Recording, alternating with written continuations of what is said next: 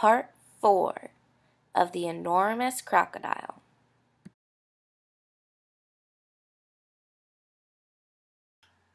The enormous crocodile crept over to a place where there were a lot of coconut trees. He knew that children from the town often came here looking for coconuts. The trees were too tall for them to climb, but there were always some coconuts on the ground that had fallen down.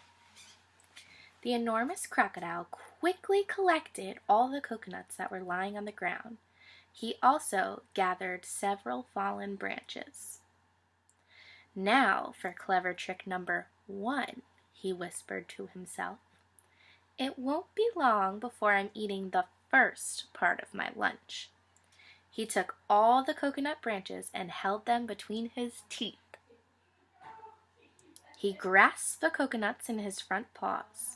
Then he stood straight up in the air, balancing himself on his tail.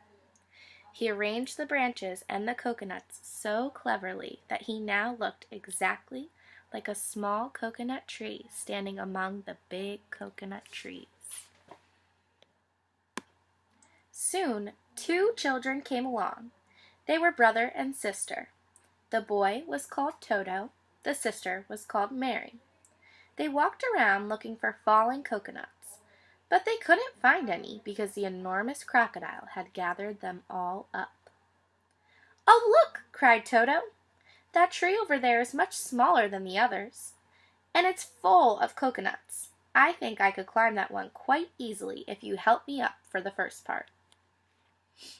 Toto and Mary ran toward what they thought was the small coconut tree. The enormous crocodile peered through the branches, watching them as they came closer and closer. He licked his lips. He began to dribble with excitement. Part 4 questions. Remember to use your book to find text to support your answers. What does the enormous crocodile pretend to be for his clever trick number 1? Why couldn't Mary and Toto find any coconuts to collect?